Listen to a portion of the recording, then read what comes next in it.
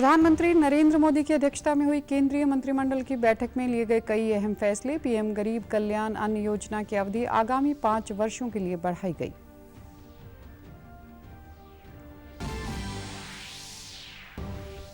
उत्तराखंड की सिलकियारा सुरंग में 17 दिनों तक फंसे रहे 41 श्रमवीरों को कल रात सुरक्षित निकाला गया बाहर। राष्ट्रपति, उपराष्ट्रपति व प्रधानमंत्री ने श्रमवीरों के साहस और धैर्य की प्रशंसा की। मेट्रो की तर्ज पर अब फरीदाबाद के बल्लभगढ़ बस डिपो पर यात्रियों को नेशनल कॉमन मोबिलिटी कार्ड किए जाएंगे जारी। ऑनलाइन भुगतान पर 5% की मिलेगी छूट।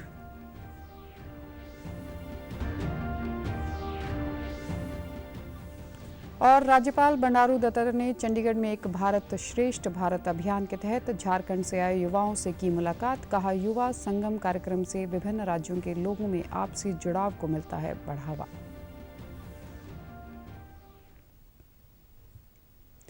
नमस्कार, मैं हूं आरजू। अब समाचार विस्तार से। प्रधानमंत्री नरेंद्र मोदी की अध्यक्षता में आज हुई केंद्रीय मंत्रिमंडल की बैठक में कई अहम फैसले लिए गए।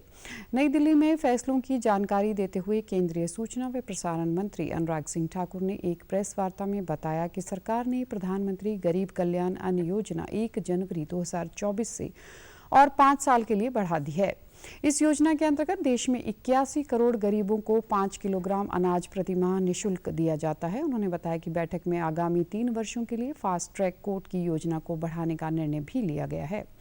योजना का लक्ष्य अल्पवयस्क बालिकाओं के साथ रेप और यौन शोषण के मामलों में निश्चित समयावधि के भीतर न्याय प्रदान करना है। 1 जनवरी 2024 से अगले 5 वर्षों के लिए बढ़ा दिया जाएगा। देश में जितने चिन्हित परिवार हैं, उन परिवार के सदस्यों को प्रति माह 5 किलो खाद्यान्न मिलेगा। ये 81 करोड़ भारतीयों को इससे लाभ मिलता है। इसी तरह से अंत्योदय के परिवारों को 35 किलो प्रति माह खाद्यान्न मुफ्त में मिलता रहेगा। जहां एक और प्रति व्यक्ति 5 किलो है गरीब परिवारों के लिए, गरीब व्यक्ति के लिए, वहीं पर अंत्योदय के परिवारों के लिए प्रति परिवार 35 किलो प्रति माह।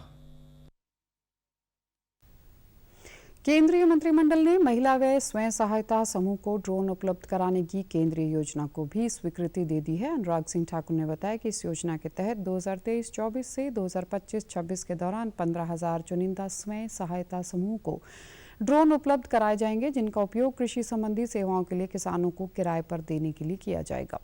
इस योजना के लिए 1,261 करोड़ रुपए का योजना व्यय आवंटित किया गया है।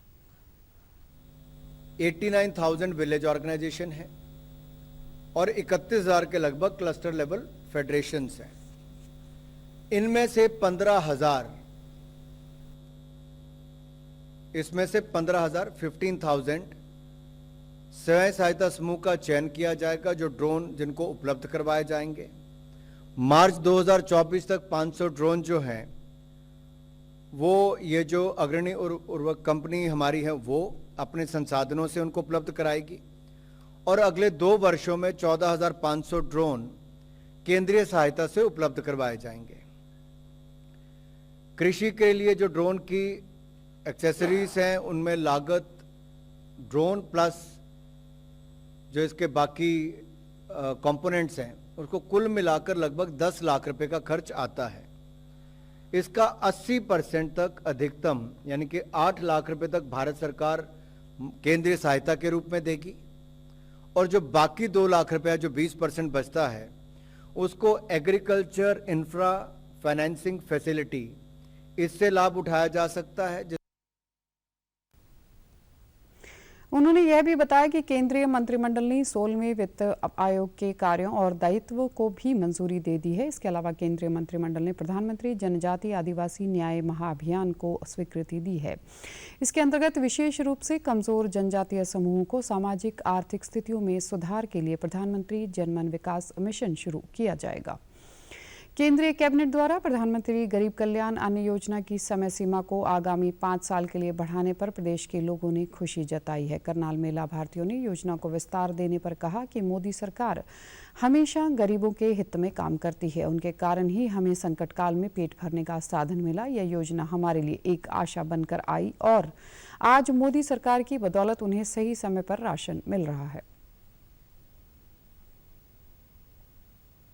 गेहूँ मिलती है 5 किलो और तेल मिलता है और चीनी मिलता है और अच्छी सरकार है ये, बहुत बढ़िया। आगे आने वाले 5 साल और बढ़ा दी है सरकार ने, बहुत बढ़िया कर, अच्छा काम कर रही है। सबको मिला, चीनी मिलती, तेल मिलता है, कणक मिलती है, जो भी डिपो पे आता है सब कुछ मिलता है। हाँ, टाइम पे मिलता है। हमारे को घर कह के जाता है, घर दे देता है। इतना चाबस है, बहुत अच्छा करा है। थैंक यू करते हैं हम सरकार का, बहुत अच्छा करा है। सारा ही है, मेरे को यही सारा है। दाने मिलते हैं जी और चीनी मिलती है, तेल भी। हाँ जी, टाइम पे मिलता है। मोदी ने 5 साल और भी बढ़ा दे, सब कुछ मिलता है। हमारे को सहायता दिया इसने, लॉकडाउन में बहुत सारा दिया इसने। टाइम पर मिल रहा है हम तो, और भाई हम बहुत सारा हम तो उसका क्या नाम चलेगा, हाँ हम तो सब कुछ मिल रहा है। चीनी भी मिलती है, तेल भी मिलता है, कणक भी, आटा भी, सब कुछ मिलता है हमारा भाई। गरीबों का बहुत सारा है। वहीं कैथल जिले के लोगों ने भी पीएम गरीब कल्याण अन्न योजना की अवधि बढ़ाने पर खुशी जताते हुए प्रधानमंत्री नरेंद्र मोदी का धन्यवाद किया। योजना के पात्र व्यक्तियों ने कहा कि इसके तहत मिलने वाले निःशुल्क राशन से उन्हें काफी आर्थिक मदद मिलती है। कोविड काल के दौरान यह योजना उनके लिए किसी वरदान से कम नहीं थी। गरीबों को ले दे रहा है राशन पानी, पेट भर रहा। 5 साल लिया मैं आपसे क्या मांगी थी, कणक भी मिल रही है, गरीबी को लिए पेट भर रहा है। बस हर अगर 5 साल इसको कराएंगे हम। गरीब जो गरीबा की मदद कर रहे हैं हम उसकी कराएंगे मदद, जरूरी कराएंगे मदद जी। अब 5 साल के लिए फ्री कर दिया और हमें बहुत खुशी है कि 5 साल और फ्री मिलेगा अनाज। मोदी जी को बहुत धन्यवाद है जी। हमारा योजना है जी, हमें बहुत सारा लगता है, सामान मिलता है जो इससे गरीबों के लिए बहुत अच्छा है। ये माना फ्री का जो मिल रही है, तेल चीनी पैसा में मिला और माना बड़ी खुशी है मोदी की। 5 साल और माना अनाज फ्री में मिलेगा, पेट भर का सो रहे हैं सारे गरीब। सुविधा कर दिया मोदी ने हमारी, आगे भी ये बनना चाहिए जी। गरीब जमा खुश है जी मोदी पे। चीनी मिलती है, तेल मिलता है, चावल मिलता है, गेहूँ मिलता है, इससे बहुत खुश है। गरीबों के लिए बहुत सहायता मिली है। इसे 10 साल और जिंदगी बढ़ी है लोगों की, तो गरीब लोग बहुत खुश है इससे 5 साल के लिए और बढ़ा दी तो। प्रधानमंत्री नरेंद्र मोदी 30 नवंबर यानी कल को वीडियो कॉन्फ्रेंसिंग के माध्यम से 51,000 से अधिक युवाओं को रोजगार मेले के जरिए नियुक्ति पत्र वितरित करेंगे। इस अवसर पर प्रधानमंत्री नवनियुक्त युवाओं को संबोधित भी करेंगे। रोजगार मेला देश भर में 37 स्थानों पर आयोजित किया जाएगा। नियुक्ति पत्र पाने वालों को विभिन्न सरकारी मंत्रालयों और विभागों में नियुक्त किया जाएगा। रोजगार मेले देश में रोजगार के अवसर सृजित करने को सर्वोच्च प्राथमिकता देने की प्रधानमंत्री नरेंद्र मोदी की एक बड़ी पहल है। नवनियुक्त कर्मियों को IGOT कर्मयोगी पोर्टल पर एक ऑनलाइन मॉड्यूल कर्मयोगी प्रारंभ के माध्यम से खुद को प्रशिक्षित करने का अवसर भी मिल रहा है। इसमें 800 से अधिक ई-लर्निंग पाठ्यक्रम उपलब्ध कराए गए हैं। वहीं केंद्रीय राज्य मंत्री कृष्णपाल गुर्जर कल पंचकुला के इंद्रधनुष ऑडिटोरियम में आयोजित रोजगार मेला में नवनियुक्त कर्मियों को नियुक्ति पत्र सौंपेंगे। उत्तराखंड के उत्तरकाशी जिले के सिलक्यारा सुरंग में 17 दिन तक फंसे 41 श्रमवीरों को सुरक्षित कल रात बाहर निकाल लिया गया है। देश भर के लोगों ने इन श्रमिकों के सुरक्षित बाहर निकलने पर प्रसन्नता व्यक्त की, क्योंकि 12 नवंबर को ये सभी श्रमिक सिलक्यारा से बरकोट के बीच निर्माणाधीन सुरंग का एक भाग ढह जाने के कारण सुरंग में फंस गए थे। सभी श्रमिकों के सुरक्षित बाहर निकालने से सभी के परिवारों में खुशी का माहौल है। श्रमिकों और उनके परिजनों के सुरंग से सुरक्षित बाहर निकलने जाने पर केंद्र और राज्य सरकार का आभार व्यक्त किया। राष्ट्रपति द्रौपदी मुर्मू, उपराष्ट्रपति जगदीप धनखड़ और प्रधानमंत्री नरेंद्र मोदी ने 17 दिन तक सुरंग में फंसे रहे इन श्रमवीरों के साहस और धैर्य की प्रशंसा की। व साथ ही बचाव कार्य में लगे कर्मियों की बहादुरी की भी सराहना की। राष्ट्रपति ने कहा कि श्रमिकों के जिन कठिनाइयों का सामना किया वह मानवीय धैर्य का प्रतीक है। प्रधानमंत्री नरेंद्र मोदी ने सोशल मीडिया पोस्ट X में कहा कि सफलता ने प्रत्येक व्यक्ति को भावुक कर दिया है। उन्होंने श्रमिकों के साहस और धैर्य की प्रशंसा की। केंद्रीय मंत्री नितिन गडकरी और केंद्रीय मंत्री अनुराग सिंह ठाकुर सहित अन्य नेताओं ने भी इस बचाव अभियान की सराहना की है। श्रमिकों के सुरंग से बाहर निकलने के समय उत्तराखंड के मुख्यमंत्री पुष्कर सिंह धामी और केंद्रीय मंत्री वीके सिंह मौजूद रहे। प्रधानमंत्री ने पूरे अभियान की निगरानी रखी और केंद्र सरकार ने बचाव अभियान में पूरी मदद की। वहीं प्रधानमंत्री ने कल देर रात टनल से बाहर आए 41 श्रमिकों से फोन पर बात की और बचाव कर्मियों के जज्बे को सलाम किया। उन्होंने न सिर्फ उत्तराखंड के मुख्यमंत्री बल्कि केंद्रीय मंत्री जनरल वीके सिंह की भूमिका को भी सराहा।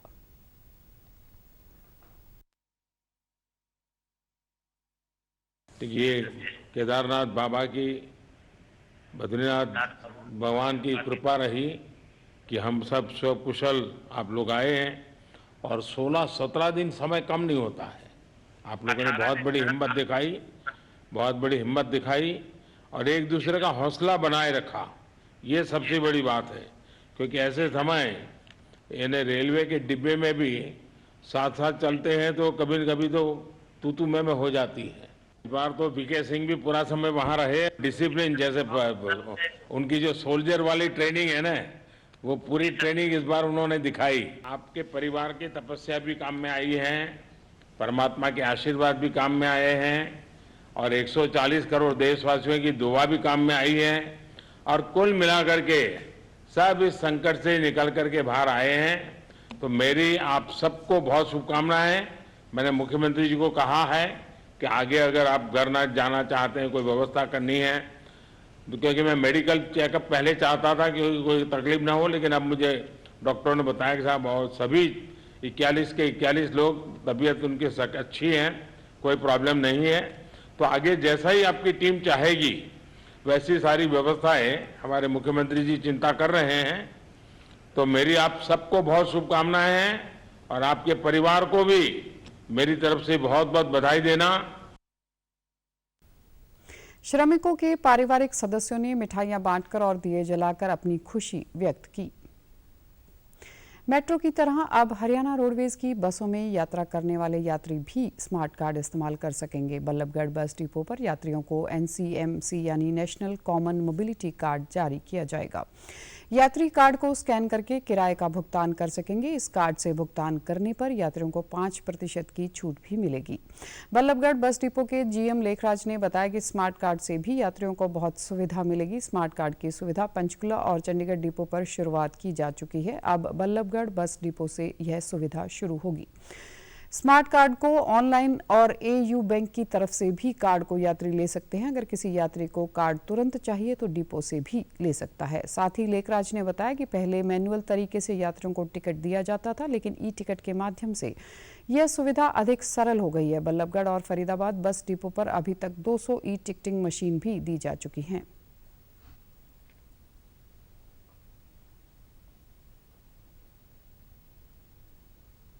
हाँ, हमारी बसों में शीघ्र भी NCMC कार्ड इशू होने जा रहा है और जो ऑलरेडी 2 डिपो में चल भी रहा है, पंचकुला में और चंडीगढ़ में। हमें भी जल्दी ये कार्ड मिलने वाला है और ये बैंक के थ्रू भी ऑनलाइन अप्लाई कर सकते हैं और हमारे से भी इंस्टेंट भी ले सकते हैं अभी 10-1 दिन के बाद। कैश के ऊपर ही वो टिकट मिलती थी ATM से। ATM अभी हाल ही में हमने कल लगभग 7-8 महीने पहले से हरियाणा रोडवेज में इंस्टॉल की गई है। ये ATM मशीन, ATM से ही आजकल टिकट जारी होती है और ये कैश पे टिकट ली जाती है और आने वाले समय में इस कार्ड से ली जा सकेगी टिकट। ये कार्ड जो है रेलवे में भी यूज़ हो सकता है, बसों में भी यूज़ हो सकता है। तो आदमी को अगर किसी के पास खुले पैसे नहीं है, इस कार्ड से पेमेंट इमीडिएटली कर सकता है और वो खुले पैसों की वो परेशानी से निजात मिल जाएगी।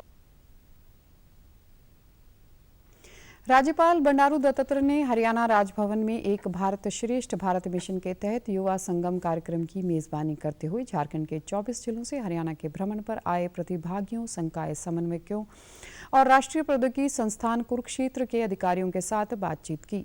राज्यपाल ने दोनों राज्यों की महान संस्कृति, परंपराओं, संगीत, पर्यटन, व्यंजन, खेल और स्थानीय प्रथाओं के बारे में भी विचार साझा किए। उन्होंने कहा कि एक भारत श्रेष्ठ भारत के तहत युवा संगम कार्यक्रम की संकल्पना लोगों से लोगों के बीच जुड़ाव को मजबूत करने पर आधारित है। प्रधानमंत्री नरेंद्र मोदी द्वारा चलाए गए इस कार्यक्रम का उद्देश्य विभिन्न राज्यों, केंद्र शासित प्रदेशों के लोगों के बीच आपसी संवाद और आपसी समझ को बढ़ाना बढ़ावा देना है। उन्होंने कहा कि युवा संगम में हरियाणा को झारखंड के साथ जोड़ा गया है और झारखंड के छात्रों को हरियाणा के बहुआयामी अनुभव प्राप्त होंगे। यहाँ की संस्कृति को जानने का अवसर मिलेगा। प्रधानमंत्री नरेंद्र मोदी विकसित भारत संकल्प यात्रा के अंतर्गत केंद्र सरकार की कल्याण योजनाओं को लाभार्थियों से वर्चुअल माध्यम से कल बात करेंगे। यात्रा का उद्देश्य महत्वपूर्ण योजनाओं से संतुष्टि प्राप्त होने पर यह सुनिश्चित किया जाएगा कि इन योजनाओं के फायदे समयबद्ध तरीके से सभी लक्षित लाभार्थियों को मिल रहे हैं। प्रधानमंत्री इस अवसर पर प्रधानमंत्री महिला किसान ड्रोन केंद्र का शुभारंभ भी करेंगे। इस पहल के अंतर्गत महिला स्वयं सहायता समूह को ड्रोन प्रदान किए जाएंगे ताकि इस प्रौद्योगिकी का उपयोग आजीविका के लिए किया जा सके। कुल 15,000 ड्रोन महिला स्वयं सहायता समूह को अगले 3 वर्ष में प्रदान कर दिए जाएंगे। महिलाओं को ड्रोन की उड़ान और इसके उपयोग से संबंधित आवश्यक प्रशिक्षण दिया जाएगा। इस पहल से कृषि में प्रौद्योगिकी के उपयोग को प्रोत्साहन मिलेगा। इस कार्यक्रम के दौरान प्रधानमंत्री एम्स देवघर में 10,000वां जन औषधि केंद्र समर्पित करेंगे। प्रधानमंत्री देश में जन औषधि केंद्रों की संख्या 10,000 से बढ़ाकर 25,000 किए जाने के कार्यक्रम का भी उद्घाटन करेंगे। राष्ट्रीय सफाई कर्मचारी आयोग की उपाध्यक्ष अंजना पवार ने आज रोहतक में सफाई कर्मचारियों की समस्या को लेकर प्रशासनिक अधिकारियों के साथ बैठक की।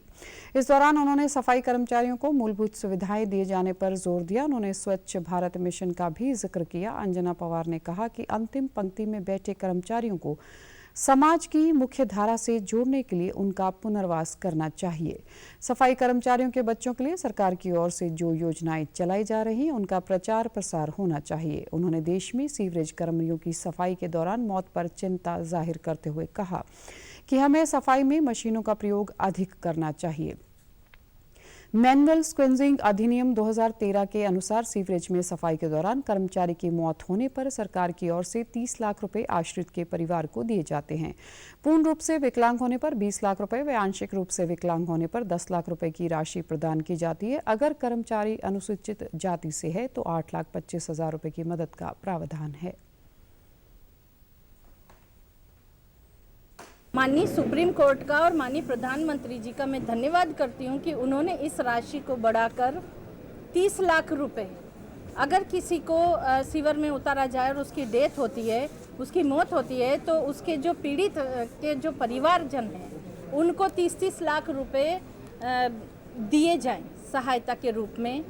अगर कोई पूर्णतया अपाहिज होता है तो उसको 20 लाख की सहायता दी जानी चाहिए।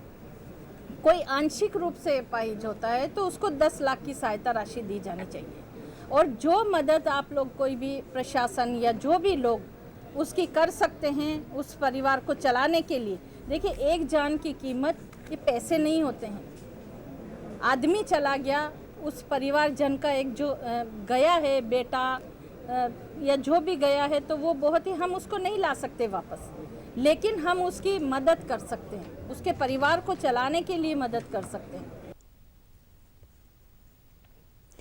प्रदेश में सरकार और शिक्षा विभाग की ओर से बच्चों की शिक्षा के लिए किए गए प्रयासों के सार्थक परिणाम देखने को मिल रहे हैं। अब हरियाणा सरकार की नई शिक्षा नीति और अलग अलग योजनाओं के तहत सरकारी स्कूल में बच्चों की संख्या में लगातार इजाफा हुआ है।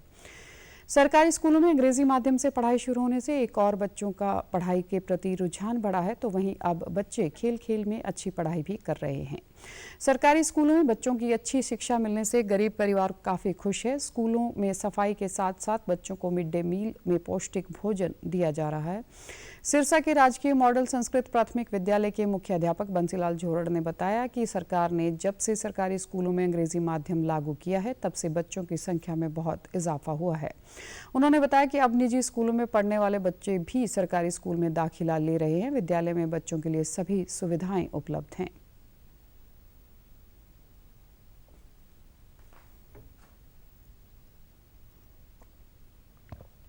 अगस्त 2019 को तो उस समय 353 बच्चे इस विद्यालय में थे।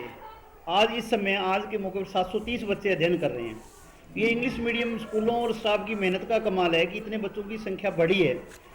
बच्चे इतने बढ़ रहे हैं, नामांकन इतना बढ़ रहा है कि हमें डोर टू डोर जाने की आवश्यकता नहीं है। बच्चे खुद ही दौड़ दौड़ के स्कूल की तरफ, इतना अट्रैक्शन बढ़ा है कि वो दौड़ दौड़ के स्कूल की तरफ आ रहे हैं। उससे सरकार ने नई नई योजनाएं लेके आई है, उससे स्कूल का जो ढांचा चेंज हुआ है, जितनी भी सुविधाएं बढ़ी है, उससे स्कूल के अंदर एक पढ़ने का माहौल बना है। जैसे निपुण हरियाणा के अंदर से बच्चों के छोटी छोटी चीज़ें जो पहले नहीं आ रही थी, बच्चों की तरफ ध्यान नहीं दिया जा रहा था, उसके अंदर बढ़ने के दिगम की जो क्षमता है वो बढ़ी है बच्चों की। और ऐसा उम्मीद लग रही है कि एक समय ऐसा आएगा कि हम प्राइवेट स्कूलों को भी पीछे छोड़ देंगे। सरकारी स्कूलों के प्रति लोगों का रुझान बहुत बदल गया है। जैसे कि अब हम इसमें सरकारी स्कूलों में इंग्लिश मीडियम हो गया है, तो जो कोरोना टाइम में भी जैसे था, तो बच्चों को अब सरकारी स्कूलों में ज़्यादा से ज़्यादा एडमिशन्स हो रहे हैं। इंग्लिश मीडियम के प्रति पेरेंट्स का इंटरेस्ट ज़्यादा है, तो अब ज़्यादा से ज़्यादा एडमिशन्स हो रहे हैं। अब ये निपुण हरियाणा ऐप यूज़ की है, इसमें क्या होता है कि बच्चों के बारे में है वो पेरेंट्स भी देख सकते हैं। अब सब काम ऑनलाइन होता है कि उन्होंने बच्चों की फीडबैक देखनी है। वहीं दूसरे स्कूल से सरकारी स्कूल में दाखिला लेने वाले छात्र छात्राओं ने बताया कि निजी स्कूल से ज़्यादा अब सरकारी स्कूलों में पढ़ाई हो रही है और अध्यापक भी उनका बहुत ध्यान रखते हैं। प्राइवेट स्कूल से सरकारी स्कूल में आई हूँ। यहाँ का वातावरण बहुत अच्छा है। यहाँ सारे टीचर्स प्यार से पढ़ाते हैं और एक्टिविटीज़ बहुत कराते हैं। मैं 5वीं कक्षा की छात्रा हूँ। मैं पहले प्राइवेट स्कूल में पढ़ती थी, अब मैं सरकारी स्कूल में पढ़ती हूँ। यहाँ आकर मुझे बहुत अच्छा लगा और यहाँ का वातावरण भी बहुत अच्छा है और यहाँ के सभी टीचर्स बड़े प्यार से पढ़ाते हैं। मैं प्राइवेट स्कूल से सरकारी स्कूल में आया हूँ। यहाँ का वातावरण भी बहुत अच्छा है। यहाँ सभी टीचर्स प्यार से पढ़ाते हैं और यहाँ असेंबली में बहुत अच्छी अच्छी बातें बताई जाती हैं। वहीं अभिभावकों ने सरकार का धन्यवाद करते हुए बताया कि सरकारी स्कूलों में निजी स्कूलों से अच्छी पढ़ाई हो रही है। सरकार की ओर से बच्चों को अनेक सुविधाएं निःशुल्क दी जा रही हैं। बढ़िया चल रही है। ये सरकारी स्कूल में बढ़िया सुविधा हो रखी है। अब तो 2 बच्चे मेरे पढ़ रहे हैं, 3-4 साल हो गई लगभग पढ़ते को। पहले प्राइवेट में लगा रखा था, वहाँ से हटा के फिर यहाँ लगाया। पश्चिमी विक्षोभ के आंशिक प्रभाव के कारण हवाओं में बदलाव होने से पिछले 2 दिन से प्रदेश की मौसमी बदलाव देखने को मिल रहा है। हरियाणा कृषि विश्वविद्यालय हिसार के कृषि मौसम विज्ञान विभाग के अध्यक्ष डॉक्टर मदन लाल खिचड़ ने बताया कि प्रदेश में मौसम आमतौर पर 1 दिसंबर तक परिवर्तनशील बने रहने की संभावना है। उन्होंने बताया कि आज रात्रि से एक और पश्चिमी विक्षोभ के प्रभाव के कारण पहाड़ों में बर्फबारी तथा मैदानी क्षेत्रों में कहीं कहीं छिटपुट बूंदाबांदी या हल्की बारिश की संभावना है। 2 दिसंबर से पहाड़ों की ओर से आने वाली हवाओं के कारण अब अधिकतम तथा न्यूनतम तापमान में गिरावट आएगी। आज सुबह धुंध भी देखी जा सकती है। किसानों को सलाह देते हुए उन्होंने कहा कि 2 दिन बाद मौसम साफ होने के बाद गेहूं की बिजाई कर सकते हैं। बिजाई की जा चुकी गेहूं की फसल में पानी दे सकते हैं। आज सुबह की धुंध और तापमान में गिरावट गेहूं की फसल के लिए लाभदायक होगा।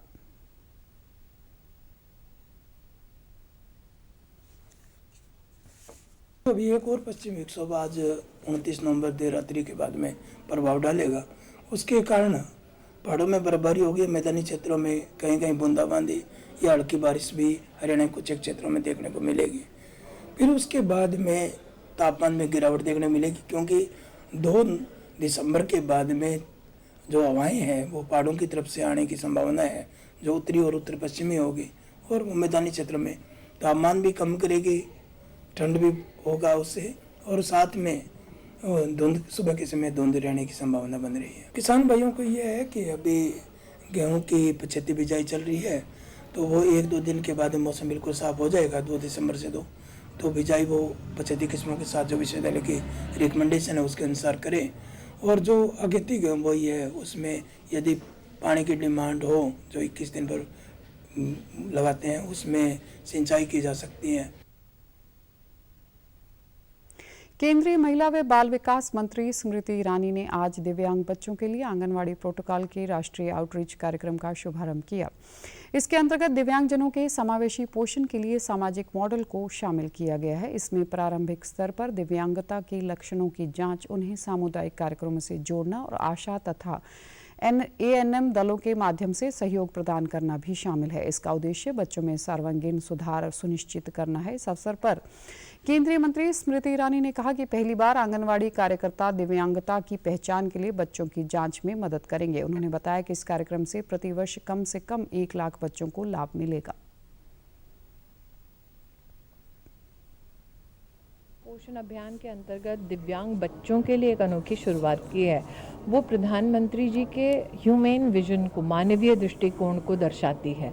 हमारे देश के इतिहास में आज तक कभी भी ऐसा नहीं हुआ कि 13 लाख से ज़्यादा जो आंगनबाड़ी है उसमें 7 करोड़ से ज़्यादा बच्चे, उनकी स्क्रीनिंग हो।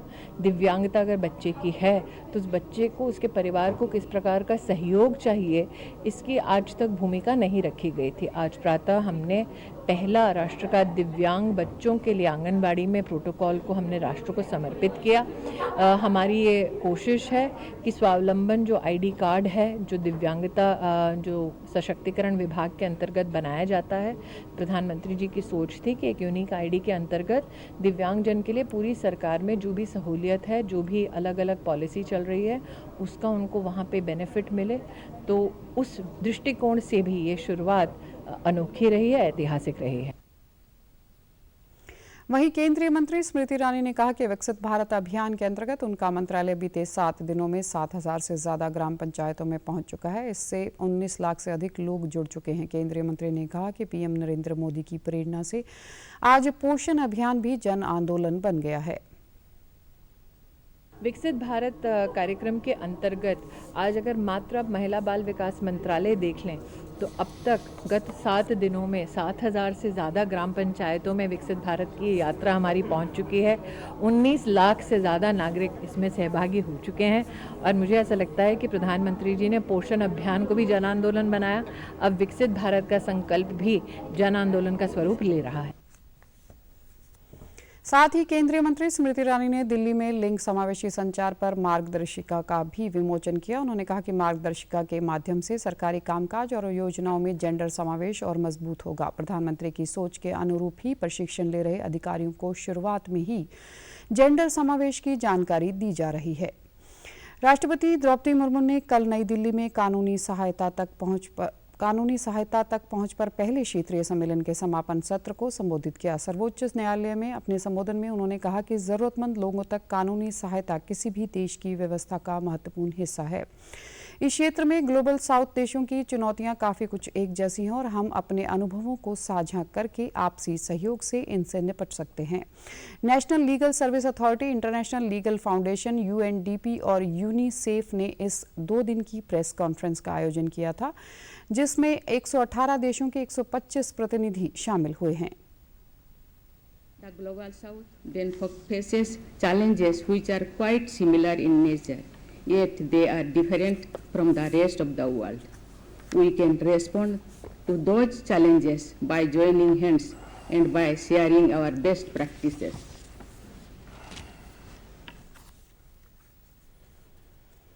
चंडीगढ़ के सेक्टर 5 में लेक स्पोर्ट्स कॉम्प्लेक्स में आगामी 2 और 3 दिसंबर को मिलिट्री लिटरेचर फेस्टिवल करवाया जाएगा।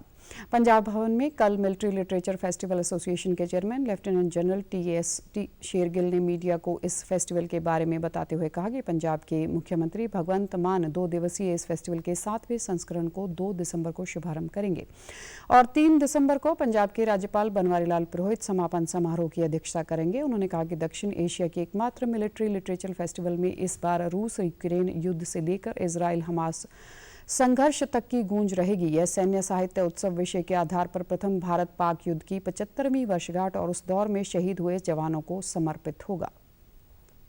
ਇਹ ਜਿਹੜਾ ਸਾਡਾ 7th MLF ਹੈਗਾ, ਵੱਡੇ ਤੌਰ ਤੇ ਜਿਹੜਾ ਆਪਾਂ ਪੇਸ਼ ਕਰ ਰਹੇ ਹਾਂ ਪੂਰੇ ਵਿਸ਼ਵ ਦੇ ਵਿੱਚ ਟਰਮੋਇਲ ਜਿਹੜੀ ਚੱਲ ਰਹੀ ਹੈਗੀ ਉਹਦੇ ਬਾਰੇ ਨਹੀਂ ਇਸਕੇ ਬਾਤ ਕਰ ਪਰ ਉਹਦੇ ਨਾਲ ਇੱਕ ਖਾਸ ਜਿਹੜਾ ਆਪਣੇ ਇਤਿਹਾਸ ਦੇ ਵਿੱਚ ਆਜ਼ਾਦੀ ਤੋਂ ਬਾਅਦ ਹੋਇਆ ਸੀਗਾ 1957-58 ਚ ਜੰਮੂ ਐਂਡ ਕਸ਼ਮੀਰ ਦੇ ਜਿਹੜੀ ਲੜਾਈ ਹੋਈ ਸੀਗੀ ਉਹਦੇ ਬਾਰੇ ਵੀ ਆਪਾਂ 75th ਐਨੀਵਰਸਰੀ ਮਨਾ ਰਹੇ ਹਾਂ। ਜੰਮੂ ਦੇ ਇਲਾਕੇ 'ਚ ਲੜਾਈਆਂ ਹੋਈਆਂ ਸਨ, ਇੱਕ ਤਾਂ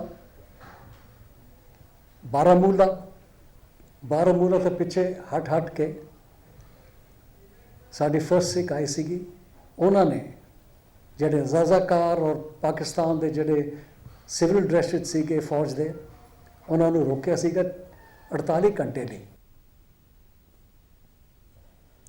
महोत्सव की शुरुआत बीते रविवार 19 नवंबर को पंजाब के राज्यपाल और चंडीगढ़ के प्रशासक बनवारी लाल पुरोहित की ओर से चंडीगढ़ युद्ध स्मारक पर पुष्पांजलि समारोह के साथ की गई। लेफ्टिनेंट जनरल शेरगिल ने कहा कि इस फेस्टिवल में सैन्य इतिहास के साथ साथ पंजाब और पंजाबियत को भी दर्शाया जाएगा। उन्होंने इस फेस्टिवल के बारे में विस्तार पूर्वक जानकारी प्रेस वार्ता के दौरान साझा की। समाचारों में आज इतना ही। नमस्कार।